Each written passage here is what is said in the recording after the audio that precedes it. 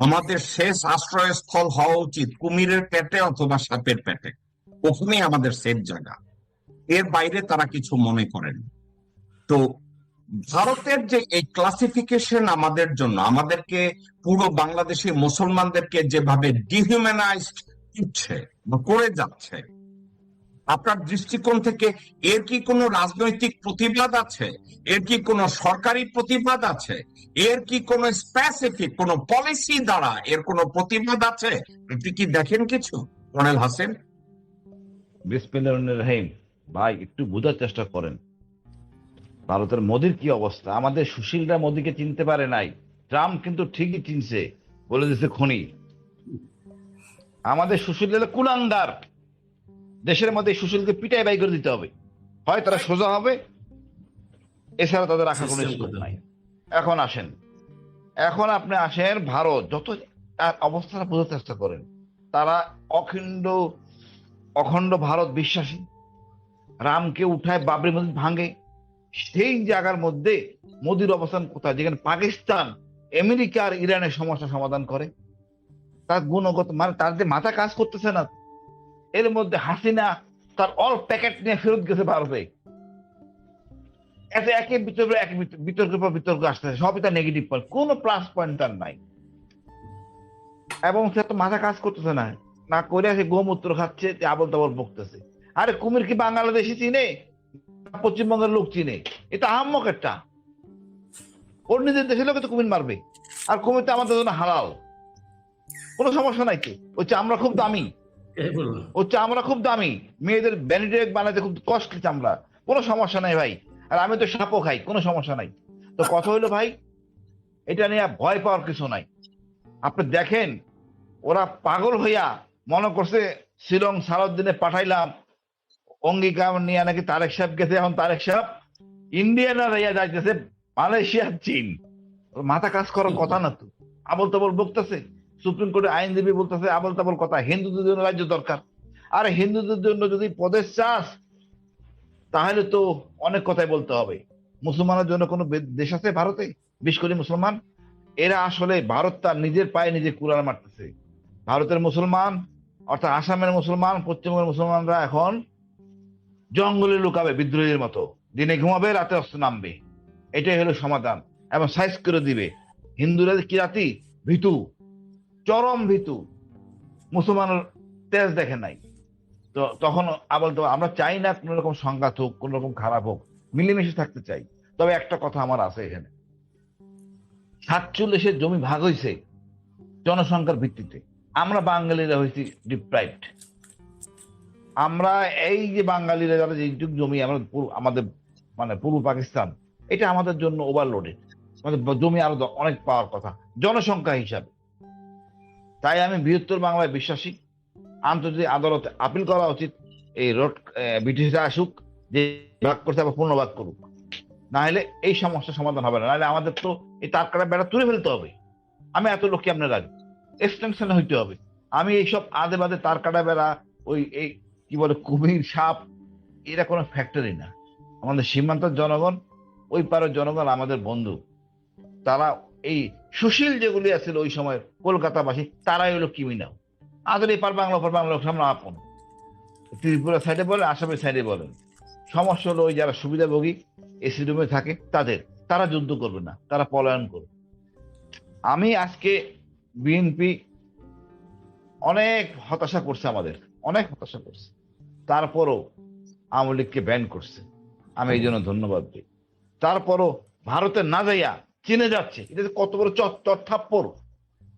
তারপরে বিমান কিনতেছে চায়না থেকে, পাকিস্তান থেকে, আসা যাওয়া করতে। প্লাস পয়েন্ট তো কিছু আছে, এই জন্য তো অনেক কথা বলতে পারি না। সময় দিচ্ছি, ইনশাল্লাহ কারেকশনে আসবে।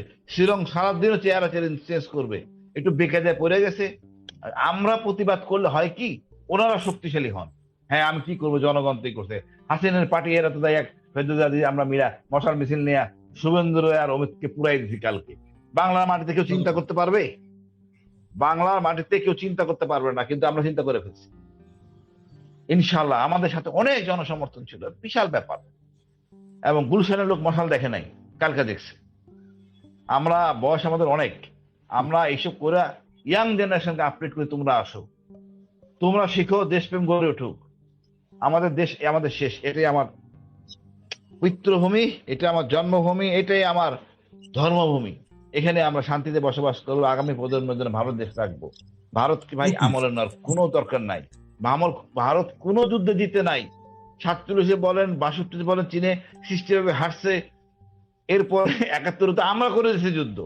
একটা মজার কথা বলি, একটা ব্যাটালিয়ন ছিল চিটাগাঙ্গে, তাদের উবানের বাহিনী, চট্টগ্রাম ক্যান্টনমেন্টে, ওখানে আমাদের একটা ট্যাঙ্ক আছে, যে ট্যাঙ্কটা 65 ওয়ারে ফার্স্ট বেঙ্গল রেজিমেন্টের হাতে ক্যাপচার্ড হয়। ওই ট্যাঙ্কটাকে পাকিস্তান গভর্নমেন্ট আমাদের অনুরোধে নিয়ে আসা হয় এবং ইস্ট বেঙ্গল রেজিমেন্ট সেন্টারের সামনে রাখা হয়, চেন দিয়ে বাঁধা, লেখা আছে সেন্টার গায়ে, I born in India and captured by First Bengal Regiment in Khemkaun sector. এইটা যেন উবানের বাহিনী দেখছে, মাথা খারাপ হয়ে গেছে। টানা হ্যাঁ মারামারি ট্রেন বেঙ্গলের সাথে উবানের, পরে এসে সিদ্ধান্ত হয়েছে খবরদার ট্যাঙ্ক কোথাও যাবে না, ট্যাঙ্ক এই জায়গায় থাকবে। তো ভারত যদি হ্যাডম থাকতো ট্যাঙ্ক নিয়ে যেতে পারতো, ভারতে হ্যাডম থাকতো বাংলাদেশে যাইতে না যাইলে পারতো। দেখছে মুক্তি বাহিনী কত সাহসী, জিয়ার বাহিনী, ওসমানী বাহিনী কত সাহসী, থাকতে পারে নাই। পারলে ওরা 75 আসতো, আসতে পারে নাই। এই বহুত আবল তাবল বকে। এখন যদি মইনুল আহমেদের মতো সেনাপতি থাকে কুলাঙ্গার, তাইলে তো কথা আলাদা। আমরা সেই জিনিস প্রস্তুত হইতে দিব না।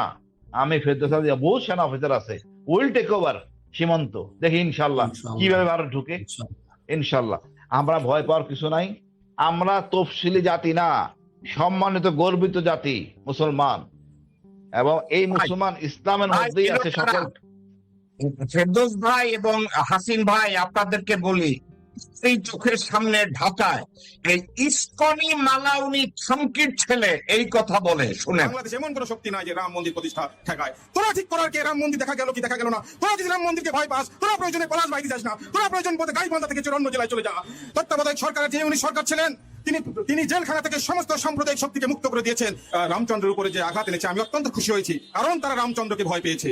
আমি অত্যন্ত খুশি হয়েছি আজকে পলাশবাড়ি বাংলাদেশের মধ্যে নয়, আন্তর্জাতিক মন্দির হয়ে গেছে। আন্তর্জাতিকভাবে সবাই জিজ্ঞাসা করছে যে সেইখানে মন্দির উদ্বোধন হলে সারা বিশ্ব থেকে রাম ভক্তরা সেখানে যাবে। আমি মন্দির কমিটিকে আশ্বস্ত করেছি, আপনারা ভয় পাবেন না। আপনাদের কেউ কিছু বললে আমাদেরকে জানাবেন, প্রয়োজন বোধে ঢাকা অচল করে দিয়ে হলো আপনাদেরকে আমরা রক্ষা করবো। রাম মন্দির পলাশবাড়িতেই হবে, তোরা থাকতে থাকবি, না থাকলে না থাকবি। রাম মন্দির প্রতিষ্ঠা হবে। এই বাংলাদেশের রাম মন্দির প্রতিষ্ঠা কেউ ঠেকাতে পারবে না। বাংলাদেশ এমন কোন শক্তি নাই যে রাম মন্দির প্রতিষ্ঠা ঠেকায়। আজকের এই ছাত্র এবং ছাত্র যুবদেরকে আমি ধন্যবাদ জানাই। ভাই আপনি হতাশ হবেন না ভাই, আমরা দেখছি, হতাশ হবেন না। এই এই মানে খারাপ কথা তো বলতে পারি না, সবাই শুনে। এই বেকুব আর একটা মহিলা আছে হাইকোর্টের, সুপ্রিম কোর্টের লয়ার, এই দুটারে আমি বলছিলাম কারো সেদিনকে, মনে হয় মেয়েটার ঘরে সমস্যা আছে, না আবল তোমার বলার কথা না। বিয়ে না দিয়ে থাকলে আমাদের দেশে আছে কালচারে, কোনো ছেলে ভালো কাজ না করলে, মেয়ে ভালো না কাজ না করলে, মাথা ঠিক না হয়, মাথা খারাপ হয়ে যায়, তখন বিয়ে দেওয়ার চিন্তা ভাবনা করে, তো বিয়ে দিলে ঠিক হয়ে যাবে। মনে সমস্যা আছে। যাই হোক ভাই, রাম মন্দির নিয়ে কোনো সমস্যা নাই, রাম মন্দির বানাতে দিব না। আর যে একান্ত হয়, ওখান থেকে যারা যাবে জুতা দেখাইতে দেখাইতে যাবে, রাম অপমানিত হবে না, আমি অপমানিত দেখা যাবে। এটা তো আসলে মূর্তি, মাটির, ওটা মন্দির, মূর্তি থাকবে মন্দিরের ভিতরে, বাইরে কেন? আমার কথা হলো এইটা। আশা করি সরকার সঠিক সিদ্ধান্ত নিবে, তাহলে থাকবে কি থাকবে না, হ্যাঁ না ভোটের মধ্যে সিদ্ধান্ত হবে, তাইলেও তো পারবে না। ভাই আমি একটা কথা বলি, বাংলাদেশের 7 থেকে 9% এই ইসকনি মালাউনদের জন্য আপনি বাংলাদেশে একটা গণভোট করবেন? আর জুলাই সনদের জন্য 20 কোটি মানুষের গণভোট হয়েছে। ওই গণভোটে বর্তমান পার্লামেন্টে ছেলে গুলি দেখায়, আমির খচ্চর গুলি দেখায়, আর আপনি এই মালাউনদের মূর্তির উপরে আপনি গণভোট করবেন? ভাই আমি বলতেছি গণভোট না, ওই যে পলাশবাড়ি এলাকা অর্থাৎ গাইবান্ধা একটা ভোট হইতেই পারে, দরকার আছে কি নাই, জনসচেতনতা জরিপ হইতে পারে, ওই সেন্সে বলছি। তবে কথা হলো উভয় রাষ্ট্রদ্রোহী কাজ করছেন, ওই নারী রাষ্ট্রদ্রোহী কাজ করছেন। আমি ইনশাল্লাহ প্রচলিত আইনেই তাদের বিচার হবে। আমরা ইসকনকে যেভাবে প্রশ্রয় দিই নাই, এরকম উগ্রবাদীকে অনেক প্রশ্রয় দিব না। আমরা সনাতনী ধর্মকে পছন্দ করি এবং তারা তাদের ধর্ম পালন করবে, তাদের প্রতি আমার ভালোবাসা থাকবে, তারা আমাদের অলংকার। বাট ইট ডাজন্ট মিন আমাদেরকে বলবে হরিদাস পাল, এই ধরনের শব্দ তারা ব্যবহার করছে। সুতরাং আমরা একটু কঠিন ভাবে দেখবো এদেরকে, এদের জন্য আসলে কঠিন হলে বাংলাদেশে বসবাস করি এই সনাতনী সম্প্রদায় কষ্ট করে যাবে, ব্যবসা বাণিজ্য বিপদ হয়ে যাবে। কেউ যদি ক্রয় বিক্রয় না করে সে থাকতেই পারবে না। 90% লোক যদি ওদের বাতার হাট ওদের ব্যবহার না করে, they will be in trouble. আজকে এক হিন্দু ভদ্রলোক বলছেন, আমরা তো অসহায়, তোমাদের জন্য আমরা বিপদে পড়বো, তোমরা তো ভারতের ইশারায়, পরিষ্কার বলছে। সুতরাং সকল হিন্দুদেরকে আমরা এইভাবে নিব না। যারা খারাপ তার খারাপ আচরণ করব, খারাপ আচরণ আইনি প্রক্রিয়া। হাসিন ভাই, একটা কথা, আমি হিন্দু থিওলজি অনুযায়ী যারা এই কাজগুলো করছে, এই খানকির ছেলে যে কথা বলছে আর ওই খানকি মাগি যেভাবে কথা বলছে, এরা কিন্তু আসলে হিন্দু না, এরা হচ্ছে ইসকনি। জানেন তো, ইসকনিরা আসলে হিন্দু না। ইসকনিরা হিন্দু ধর্মের ধারে কাছেও না। তারা ভগবান কৃষ্ণ, ভগবান ইন্দ্র, এদেরকে কিন্তু সরস্বতী, এদেরকে কিন্তু মানেও না। এই ইসকনি মাদার চোদরা এই ওইখানে গিয়া রাম নিয়ে টানাটানি শুরু করছে। আর এখন এই রামদের পাশে দাঁড়াইছে মুসলমান নামধারী আওয়ামী ছাত্রলীগ, বিএনপি ছাত্রদল। এরা এখন সবাই নব্য হিন্দু হয়ে গেছে। হাসিন ভাই, এরা এখন নব্য হিন্দু। ভাই আমি আর একটু বলবো, এই যে ছেলেটা যে লোকটাই করতেছে, এই ভদ্রলোক কিন্তু মাঝখানে মুসলমান হয়েছিলেন, একজন এসি মেকানিক ছিলেন এবং গণভবনে যাতায়াত করতেন, এবং এর মাধ্যমে প্রচুর টাকা পয়সা সে কামান এবং র্যাপ করতে অ্যারেস্ট হন, পরবর্তীতে আবার মুসলমান হয়েছেন। এই যে দেখেন যে হিন্দু থেকে মুসলমান হয়ে আবার হিন্দু, এইটা কিন্তু একজন না, অসংখ্য, এবার মোর দেন 1000 আমাদের ইয়াং মেয়েদেরকে নষ্ট করছে। আমি একটা প্রেস ক্লাবে একটা অনুষ্ঠানে গেছিলাম, ব্যারিস্টার সরোয়ার ছিল, আমি ছিলাম, তারা নথিপত্র সাবমিট করতে, ওই ক্ষতিগ্রস্ত মেয়েরা এসেছিল প্রেস ক্লাবে, যে আমাদেরকে না বুঝে না শুনে মুসলমান মনে করে আমরা প্রেম করছি, আমার সতীত্ব হরণ সবকিছু, এবং একটা বাধ্য হইয়া বেকার সামাজিক ইয়েতে হয়ে মেয়েগুলি ভারত চলে গেছে, অর্থাৎ বিক্রি করে দিচ্ছে। আমরা কিছু করতে পারি না, কিছু না। একটা হোসেন ভাই, আপনি আজকে বলছেন, আপনাকে আমি কথায় কথায় বলি, আপনারা কি জানেন অনেক হিন্দু ছেলেরা মুসলমান মেয়েদেরকে প্রেমের ফাঁদে ফেলে তাদেরকে ক্যালকাটায় নিয়ে তাদেরকে কি যেন বলে, সোনা কি জানি, সোনাগাছিতে বিক্রি করে, সোনাগাছিতে বিক্রি করে। আর এই কতগুলো মুসলিম নামদারি খানকিরা এই মালানদের প্রেমে পইরা তারা ক্যালকাটায় যায়। যেমন আপনাদের স্বনামধন্য অভিনেত্রী, ফেরদৌসী মজুমদার তো সোনাগাছিতে ঘুরে আসছে রে ভাই। আপনার শিল্পী সাবিনা ইয়াসমিনও সোনাগাছি ঘুরে আসছে। তারপরে ওই কায়সার সোনাগাছি ঘুরে আসছে। তারপরে কি আছে নাকি কি জন্য প্রতিমন্ত্রী সোনাগাছি ঘুরে আসছে ভাই। কোথায় আছেন আপনি? ওকে, কর্নেল ফেরদৌস আজিজ, আপনার কাছে আমি জানতে চাই, তুমি বলছে এই বক্তা যে বলছে ওখানে রাম মূর্তি হবে, আপনাকে আমি কথাটাকে এভাবে জিজ্ঞাসা করি, ভাই বিজেপির তখন পার্লামেন্টে, ইন্ডিয়ান পার্লামেন্টে তাদের আসন সংখ্যা 100 না 12-13টা, তখন তারা সিদ্ধান্ত নিল যে তাদের এমন কিছু একটা করতে হবে যে ভারতের পুরা হিন্দুরা যেন তাদেরকে সাপোর্ট করে। তারা একটা বিষয় খুঁজতেছিল, কি করলে সমগ্র হিন্দুদের সাপোর্ট পাওয়া যাবে। তারা টার্গেট করলো অযোধ্যায় বাবরি মসজিদকে। তারা টার্গেট কিভাবে করলো যে আমরা যদি বাবরি মসজিদকে ভাঙ ফেলাই তাহলে হিন্দু দেখবে যে হিন্দুদের জাগরণ, তাইলে বিজেপি ভোট পাবে। তারা কি জানেন এই বাবরি মসজিদ ভাঙ্গার পরে ভারতের পার্লামেন্টে বিজেপির সংখ্যা হঠাৎ করে বেড়ে 200-300-তে বাইরে গেল, তারা ক্ষমতায় চলে আসে। এখন একটা কথা, আজকের হাসিন ভাই, আজকের মামুন ভাই, আপনি, আমরা বলছি ওখানে রাম মূর্তি আমরা তৈরি করতে দেব না। প্রয়োজনে ওই অঞ্চলে লোকজনের মতামত নেওয়া হবে, সার্ভে নেওয়া হবে, লজিক্যাল কথা। কিন্তু একটা কথা আপনি মনে রেখেন, ইন্ডিয়ানরা যে কোনো একটা বাংলাদেশের মধ্যে যে কোনো একটা নীতি প্রণয়ন করতে গেলে তা ধাপে ধাপে আগায়। পাদুয়ায় আমাদের বিডিআররা সোলজার বিএসএফ মারছে কয়েক বছর আগে, কিন্তু তারা ধীরে ধীরে ধীরে ধীরে প্ল্যান করতে করতে করতে যখন টের পাইছে খানকির পোলাম জেনারেল মঈন সেনাপ্রধান আর খানকি মাগি হাসিনা প্রধানমন্ত্রী, তখন তারা কামড়টা দিয়ে দিছে। আপনি কি মনে করেন না ফেরদৌস আজিজ যে তারা এখন ধীরে ধীরে আগোচ্ছে এবং তারা তাদের খানকি দীনেশ ত্রিবেদীরে পাঠাইয়া বলছে 120 কোটির লগে আরো 20 কোটি মিলাইয়া দেয়? একদিকে বলে এই কথা দীনেশ ত্রিবেদীর মতো ফকির ছাওয়া, আর একদিকে বলে বাংলাদেশের মুসলমানরা হইছে তফসিলি জাতি। ভাই করেন ফেরদৌস আজিজ, তার ল্যাঙ্গুয়েজ আর আমার ল্যাঙ্গুয়েজ মাঝে মাঝে মিলে। আপনি এদের সম্পর্কে এই বিষয়টাকে আপনি আসলে কিভাবে দেখেন? আপনি কি মনে করেন আসলে এই ইস্কনি মালাউনদের আমাদের দেশে এভাবে ছেড়ে দিয়ে আমরা বলবো থাক, মাফ করিয়া দেন, হিন্দু প্রতিবেশী, এভাবে দেখার মতো সুযোগ কি আর আমাদের আছে? জি, আমি প্রথমে আগের চ্যাপ্টার থেকে একটু করি। ওই যে সাপ আর কুমির ছাড়বে না, ভাই তাড়াতাড়ি ছাড়। আমি সাপের বিষ এক্সপোর্ট করব আর কুমিরের মাংস সব এক্সপোর্ট করব, হাড্ডিগুলা দিয়ে আমি দেশে বসে স্যুপ খাবো, আমি ব্রেকফাস্টে স্যুপ খাবো। তুই তাড়াতাড়ি পাঠা মোদি, তুই তাড়াতাড়ি পাঠা। এটা হচ্ছে মেসেজ তাদের প্রতি দিলাম। আচ্ছা, আর আমার জনগণ রেডি থাকেন, কুমিরগুলা কিভাবে ধরা যায়, তাজা ধরবেন বা মৃত ধরবেন, ওগুলো এক্সপোর্ট করব। কয় লক্ষ কুমির আর কয় লক্ষ সাপ তার স্টকে আছে এটা দেখব। সো এটা নিয়ে ঘাবড়াবার কোনো কারণ নাই। আচ্ছা, দ্বিতীয়ত আপনি যেটা বলছেন যে এদের আমাদেরকে, ওরাই তো আসলে ম্লেচ্ছ, ওরা আমাদেরকে তফসিলি বলবে।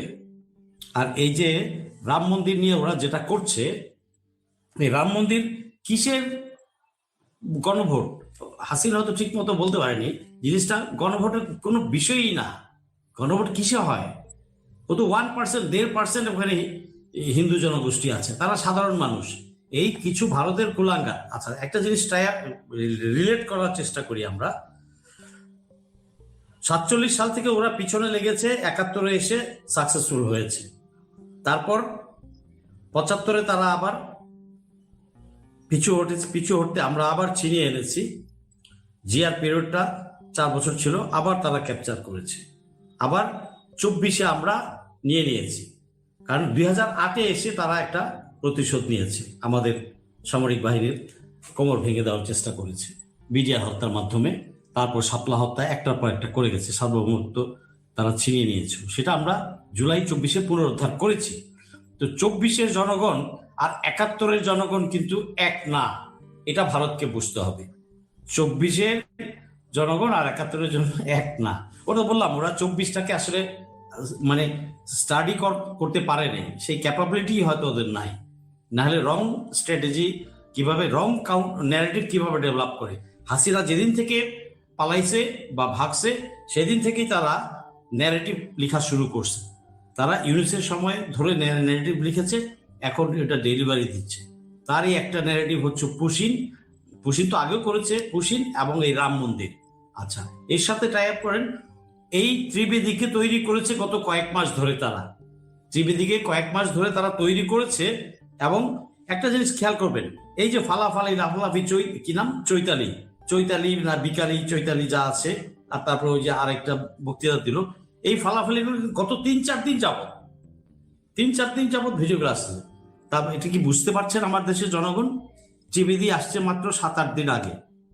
তো ত্রিবেদী ঢোকা শেষ, ও একটা মিশন নিয়ে এসছে এখানে, এপারে এই গ্যাঞ্জামগুলা সে পেট্রোনাইজ করছে এবং শুরু করছে। এটা আমাদের বিরোধী দল, জনগণ, সরকারি দল সবাইকে বুঝতে হবে। ত্রিবেদী কিন্তু শুরু করে দিয়েছে, এটার সাথে যোগসূত্র রয়েছে ত্রিদেবীর। এই যে রাষ্ট্রদূত নতুন যে আসছে, এগুলো প্রত্যেকটাকে একটাকে ধরে আইনের আওতায় আনতে হবে। রাষ্ট্রদ্রোহিতার মামলা তাদেরকে প্রযোজ্য হয়ে গেছে, তারা আর্ন করেছে। এই চৈতালি, তারপর আরেকটা যেটা করেছে এরা, হ্যাঁ, রাষ্ট্রদ্রোহিতা ধরে। এটা সরকার কেন দুর্বল? সরকার ভদ্রতা দেখাচ্ছে। সরকার বেশি দিন ভদ্রতা দেখাতে পারবে না, জনগণ কিন্তু সিস্টেম করে দিবে। জনগণের বৈধ অধিকার আছে। আমার দেশে কিন্তু মূর্তি ভাঙি নেই আমরা কোনোদিন। এটাকে মূর্তি ভাঙা বলবো না, এটা মূর্তি ভাঙা না, এটা হচ্ছে মূর্তি নতুন রাম। এটা মূর্তি যদি উপাসনার জন্য হয়তো একটা আলাদা কথা, সেটার জন্য প্রথম কথা হচ্ছে বিহার না, উত্তরপ্রদেশ আরো কয়েকটা জায়গা ছাড়া ইভেন পশ্চিমবঙ্গের রাম মূর্তির পূজা হয় না। আমার দেশে আমি হিন্দু পাড়ায় জন্ম হয়েছি, বড় হয়েছি, এই পাড়ের হিন্দুরা, হিন্দু ভাই বোনরা কখনোই রামের পূজা করে নাই। অতএব এটা আমাদের কালচার না, আমাদের দেশের হিন্দু ভাইদের কালচার বা পূজা অর্চনা না। এটা যে পলিটিক্যালি মানে একটা কিছু ইগনাইট করতে চায়, পলিটিক্যাল মোটিভ নিয়ে এটা করানো হয়েছে। এই টাকা কোথায় পেল? ঘুমিয়েছিল কেন তখনকার ওই জেলার, ওই এলাকার জেলা প্রশাসন, উপজেলা প্রশাসন, থানা, পুলিশ, এরা ঘুমিয়েছিল কেন? কারা কারা দায়িত্বে ছিল ওই জায়গায়, উচ্চ পর্যায় থেকে ফিল্ড পর্যায়ে, ওদেরকে আইনের আওতায় আনতে হবে, খুঁজে বের করতে হবে কারা ছিল ওই এলাকায়। জামাত বিএনপির কারা ছিল, তারা করতে দিছে। আমি এমনও শুনেছি ওখানকার জামাত নেতা নাকি বলেছে যে এখন গাইবান্ধা 3 আসনের এমপি, যে যার যার ধর্ম শেষে পালন করবে। আরে গরু গাধা, গাধার বাচ্চা, গাধা, ফাদার মাদার, তুমি বুঝতে পারো না? ধর্ম যার যার তার সেটা ভিন্ন বিষয়, অন্য জিনিস। ধর্ম যার যার তার সেটা পালন করছেই এই দেশে, আমরা করছি। এটা কি পারপাসে হয়ে গেছে, কি পারপাসে করেছে? চোখ কান খোলা নাই, এমপি হয়েছে, এগুলা এমপি হওয়ার যোগ্যতা কি? এই কোথা থেকে জামাত এগুলারে নমিনেশন দিছে? বিএনপি কোথা থেকে এগুলাকে নমিনেশন দিছে? এগুলো সাব স্ট্যান্ডার্ড, সব পিয়ন চাপরাশি হওয়ারও যোগ্য না এগুলা, পিয়ন চাপরাশি হওয়ারও যোগ্য না এগুলা, এইগুলাকে দিছে। মানে নাগরিক হিসেবে দেশে যে কে কোথায় কি করছে তার এলাকায় এটা খবর নাই। ও সারা দেশপ্রেমিক, ও সারা মুসলমান, ও বাইচক মুসলমান নাকি? A Muslim will always protect his country, his motherland. ও কিসের মুসলমান? ওই কুলাঙ্গার গুলা কিসের মুসলমান? এদেরকে আগে আইনের আওতায় আনতে হবে, খুঁজে বের করতে হবে কারা কারা প্রশ্রয় দিছে ওখানে, কারা কারা সাপোর্ট দিছে, কারা কারা বলছে যার যার ধর্ম তার তার বলছে এই কথা। আমি গ্রাউন্ড থেকে রিপোর্ট পেয়েছি, ফাও কথা বলে না ফেরদৌস আজিজ। এটা এদেরকে আগে অ্যারেস্ট করতে হবে, এই চৈতালি বৈকালি এদেরকেও যেমন করতে হবে, ও আরেকটা কে ভিডিও দিল, এগুলোকে অ্যারেস্ট করতে হবে, আইনের আওতায় কঠোরভাবে আনতে হবে। আর না হয়তো জনগণ আইন হাতে তুলে নেবে। আমরা সিস্টেম করব, সিস্টেম কিভাবে করতে হয় জানি, বাট চাই দেশটা ভালোর দিকে আগাক। এই তারেক রহমানকে সামনের দিকে আগাতে দিচ্ছে না। যেই সে পাকিস্তানের সাথে চুক্তি, মালয়েশিয়া ভিজিট করবে, চায়না ভিজিট করবে, টার্কির সাথে ড্রোন ফ্যাক্টরি, এদের মাথা খারাপ হয়ে গেছে। আরে নেওয়াইছিলাম তো দাস্তাখত, কামতে হলায় উল্টা করবার লাগছে, তো বুঝবার পারতেছে না তো। ওগো মাথা পুরাই খারাপ হয়েছে, ওদের অর্থনীতি ডুবে গেছে। আমরা না যাওয়াতে 18 মাস আমরা চলি নাই। 18 মাস আমরা প্রমাণ করেছি যে ভারত ছাড়া আমাদের চলে মানে ডাবল ভালো চলছে। 18 মাস দ্রব্যমূল্য কন্ট্রোলে ছিল, সবকিছু নিয়ম শৃঙ্খলার মধ্যে ছিল, শান্তি ছিল সমাজে। ওই 180টা ওই আন্দোলন করাইছে তো ভারত, আর হাসিনার লোকজন ইস্কন দিয়ে এগুলা করাইছে। ইউনূস সরকারের শান্তিতে থাকতে দেয়নি, প্রতিদিন এই 4টা-5টা করে আন্দোলন করছে। তাহলে এগুলো তো আমাদের সাধারণ জনগণ বুঝে, এখন নতুন করে বোঝানো কিছু। জনগণ কিন্তু ঠিকই বুঝে, বাচ্চা বাচ্চা পোলাপানরাও বুঝে। আজকেও প্রেস ক্লাবে আমি দেখছি তারা খুব ভালো বুঝে। আমি ছিলাম, হাসিন ছিল, ওখানে বলে আসছি কিসের তুই আমার পলাশ বাড়ি কি করবি? আমি তোর ভারত 10 টুকরা করবো, 10 মিনিমাম 10 শিখল্যান্ড আমি আলাদা করব, মুসলমানদের জন্য আলাদা করব, সাধারণ হিন্দু ভাইদের জন্য আলাদা হবে, তোরা RSS যেগুলো আছিস গোমূত্রখোর তোদের জন্য আলাদা করব। এই ধরনের ওদের জাতি গোষ্ঠী হচ্ছে আলাদা, ওরা খুশি হবে, 10 টুকরা করে দেব। আপনি পসিবল? আচ্ছা, এবার আমি হাসিন ভাই আপনার কাছে একটা কথা জিজ্ঞাসা করি। এক দর্শক বলেছে আমাদের দেশের সব অনিষ্টের মূল ডিজিএফআই, এই ডিজিএফআই কে ব্যান করা উচিত। আমাকে একটা কথা বলেন, ডিজিএফআই কে ব্যান করা উচিত, এই কথাটা কিন্তু শুধু আজকের স্লোগান না, এই স্লোগান অনেক পুরানো। আজকের বিষয়ের সাথে এটা যায় না। আমি যেটা নিয়ে কথা তুলছি তার সাথে ডিজিএফআই যায় না, কিন্তু এক লোকের এই মন্তব্যের উত্তরটা যদি আপনি বলেন যে ডিজিএফআই তাদের কোনো কাজ নাই রাজনৈতিক ভিন্ন মতাবলম্বীদেরকে ফোন কইরা তাদেরকে কচু খেতে নিয়ে অ্যারেস্ট করা, ডিজিএফআই কাজ না আয়না ঘর তৈরি করা, ডিজিএফআই কাজ না কোন পত্রিকা, কোন মিডিয়া, কোন নিউজ করবে অথবা করবে না, ডিজিএফআই এই খাতকির পোলাদের কাজ না পৌরে পেট বাঁধানো, ওদের পৌরে ডিজিএফআই তে যত কর্মকর্তা এই কাজগুলো করে ওদের পৌরে পেট বাঁধায় বাইরের কেউ যায়, ভারতীয় কেউ যায় ওদের পৌরে পেট বাঁধায়, আর ওরা পেট বাঁধায় ক্ষমতায় যে থাকে তাদেরকে সেবা কইরা, আর ওর ক্ষমতা থেকে যখন এই খানকে বলে যে চলে যায় ডিজিএফআই ডিজিরা দৌড়ে গিয়ে ভারতে উঠে। তাহলে এই ডিজিএফআই এর প্রয়োজনীয়তা নিয়ে অনেকে প্রশ্ন তোলে। আপনি ডিজিএফআই অন্যায় কাজ করেছে, আপনি কিন্তু তার ভুক্তভোগী হাসিন ভাই, আপনি তাদের ভুক্তভোগী, কর্নেল ফেরদৌস আজিজ ভুক্তভোগী, দেশের মানুষ ভুক্তভোগী। এই ডিজিএফআই খানকির পোলা এদের কার্যক্রম এভাবে রাখার দরকারটা কি? আমি যদি কর্নেল হাসিন আপনাকে বলি, আমি বলি ভাই, ডিজিএফআই যে কাজ করছে গর্হিত কাজ করছে, পৃথিবীর ইতিহাসে এরকম হয় না। আবার দেখেন এই ডিজিএফআই ডিজিরা ভারতে পলায় গেছে। উনি যে প্রশ্ন করতে ঠিকই বলছেন, ডিজিএফআই দরকার নাই, ডিজিএফআই কে নতুন করে সাজাইতে হবে। দেশপ্রেমকে ডিজিএফআই সামনে 100 বছর দেখবে। ডিজিএফআই কোনো দলের না, ডিজিএফআই হইব দেশের। নাম পরিবর্তন করা দরকার, চার্টার ডিউটিস পরিবর্তন করা দরকার, সংবিধান মতে তার দায়িত্ব দেওয়া দরকার। কোন রাজনৈতিক দলের গুণগান গাওয়ার জন্য ডিজিএফআই রাখা হয় নাই, এটা দেশের। সে বলবে এই লোকের দর্শন, আপনার ম্যাডাম আপনার পরিচালনা আপনি চাইলে নিতে পারেন, নাহলে আপনার ইচ্ছা, পাশে থাকবেন নিরপেক্ষ। এইটা যে করতে ভাই, আমি একটু বলি, এই ডিজিএফআই তো দোষ না, দোষ তো নেত্রী হাসিনার। না ভাই হাসিন ভাই, আমি যদি আপনার সাথে একমত না হই, আপনাদের আমি বলি একটু শুনেন। আমেরিকার প্রেসিডেন্ট হলো ডোনাল্ড ট্রাম্প, তার ন্যাশনাল সিকিউরিটি অ্যাডভাইজার ছিল তুলসী গ্যাবার্ড। তুলসী গ্যাবার্ডকে বলা হইলো এফবিআই কে দিয়ে এই কাজ করাইতে, ওই কাজ করাইতে, ওই কাজ করাইতে। তুলসী গ্যাবার্ড বুঝা গেল কে দিয়ে এমন কিছু কাজ করানো হচ্ছে, ক্ষমতা থেকে চলে যাওয়ার পরে তুলসী গ্যাবার্ডকে আইনের মুখোমুখি করা হবে, বিচারের মুখোমুখি করা হবে। তুলসী গ্যাবার্ড কি করছে আপনি কি জানেন?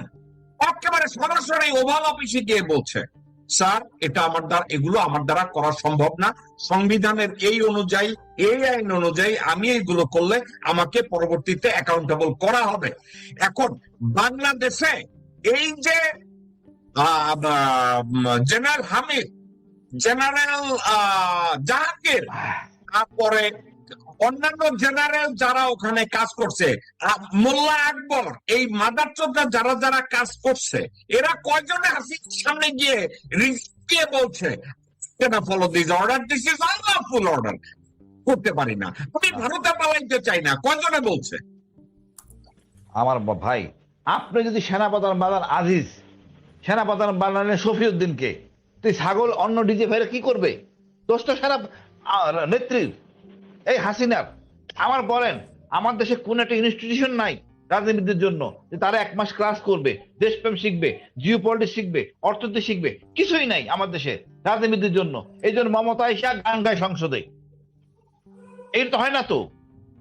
বিভিন্ন জায়গার লোক আছে, ফেরদৌস বলছে যে আমাদের লোক জানেন না, এটা আসলে একটা ইনস্টিটিউশন দরকার সংবিধানে, সংসদের ভিতরে হোক, যেখানে ক্লাস শিখাবে, দেশপ্রেম শিখাবে, সেনাবাহিনী এসে ক্লাস নিবে, এইটা সার্বভৌমত্ব, এইটা আমাদের এই জায়গায় উইকনেস আছে, এখানে আমাদের প্লাস পয়েন্ট, এখানে মাইনাস পয়েন্ট, এগুলি আলোচনা করবে। তারা কিছুই জানে না। আইসা এখন সংসদে বলে আমার কি বলে মাইক্রোওভেন লাগবে, আমার ওয়াশিং মেশিন লাগবে, এইটা হলো গিয়ে সংসদে বলে যে আমাদের এটা, এই আমাদের বাসায় মাইক্রোওভেন লাগবে, শপিং ওয়াশিং মেশিন লাগবে। এইটা হলো আমাদের হাসিন ভাই, আপনি কি মনে করেন বর্তমান সরকার ভারতীয় আগ্রাসন থামানো তো দূরে থাক, ভারতীয় আগ্রাসনের প্রতিবাদ করাও তাদের দ্বারা সম্ভব না? আপনি কি আমার এই মন্তব্যের সাথে একমত না দ্বিমত পোষণ করেন? সরকারকে আমরা বাধ্য করবো, যে কাজটা আমরা করতেছি। আমি আপনার সাথে একমত, আমি বলছি আপনি একমত, আমি আপনার সাথে একমত, কথা বোঝার চেষ্টা করেন। আমাদের সরকার কারা?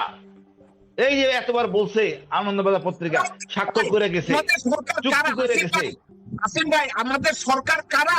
আমাদের সরকার সারুয়া, আমাদের সরকার কারা? এইবার আপনি লাইনে আইছেন ভাই, এবার আপনি লাইনে আইছেন। এই সারদ্রি সাহেব বলতেছেন তার কাটা বেড়া উনি নিজের সীমান্তে দিবেন। উনি কি জানেন তার কাটা বেড়া দিলে আমার 150 ছেড়ে দিতে হবে 0 লাইন থেকে? যার দরকার সে তার কার্ডে বেড়া দিবে, আমি কেন দিব তার কার্ডে বেড়া? এই সারদী সাহেব বলে তার কার্ডে বেড়া নিজের দেশে দিবে। আরে এরকম আহাম্মক লোক তো হইলে তো বিপদ। ভাই তবে আমারে যদি হবে না, আমারে চিটাগংয়ের এক লোক কইছে যে সালাউদ্দিনের জন্ম হয়েছে হিজরাত পন্দানিতে। ও আসলে পুরুষ না, ওর জন্মই হয়েছে হিজরাত পন্দানিতে। ওর মার বিয়ে হয়েছে কোন এক হিজড়ার লগে, ওই হিজরাত পন্দানিতে ওর বিয়ে জন্ম হয়েছে। সেউয়ার পোলা, ওর চেহারা দেখলে মনে হয় একটা আধা পুরুষ আর আধা মহিলা। এই পোলা বীর মতো কথা কয়, শালা সমকামীদের মতো কথা কয়। কিরপোলা ওরে বানাইছে স্বরাষ্ট্রমন্ত্রী, ওরে বানাইছে সংবিধান বিশেষজ্ঞ। সিলুয়ার পোলা ভাই, দিবে। আমি এখনো আশাবাদী, আমাদের স্টেবল একটা গভর্নমেন্ট নাই, যারা আমাদের ডক্টর ইউনূস কাজ করতে পারে না বা একা কাজ করতে দেওয়া হয় নাই, এর জন্য অকার দেয়, যার জন্য আমরা অনেক পিছিয়ে গেছি। আর অনেক সুযোগ পেয়ে গেছে ভারত, যার জন্য এত ঝামেলা সৃষ্টি হয়েছে। আমরা আরো 6টা মাস যাক, আমাদের জনগণের ঐক্য করার জন্য যা করণীয় দরকার আমরা ঐক্যে আসবো। আর এই যেসব আদে বাদে সুশীল, এখন যদি তুষার নূর ভাই যদি বলে ডিজেল এলো ইন্ডিয়ার, গাড়ি ইন্ডিয়ার, ভাই আমি ওখানে যাচ্ছি, আমি আপনারা এই কথাটাই জিজ্ঞাসা করব। স্যার এই মন্তব্যটা শুনেন হাসিন ভাই, এইটা শুনেন, এইটা একটু পরে। আমি কর্নেল হাসিন, আপনাকে আমি একটা কথা জিজ্ঞাসা করব।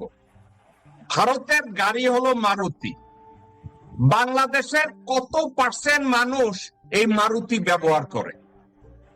কত পার্সেন্ট? 1%। যারা গাড়ি ব্যবহার করে 1%ও মারুতি ব্যবহার করে না, কিন্তু করে। ভারতের এমন এক গাড়ি আছে যে গাড়িটায় তুষারের মায়ের বন্ধাইছে, ওই ভারতের গাড়িতে তুষারের বন্ধাইছে, ওই গাড়িটায় তুষারের বউকে বন্ধাইছে, ওই গাড়িটায় প্রতিনিয়ত তুষারের মাইয়ের বন্ধায়। এই খানকির পোলা বলে ভারতের বানানো গাড়িতে নাকি আমরা চড়ি।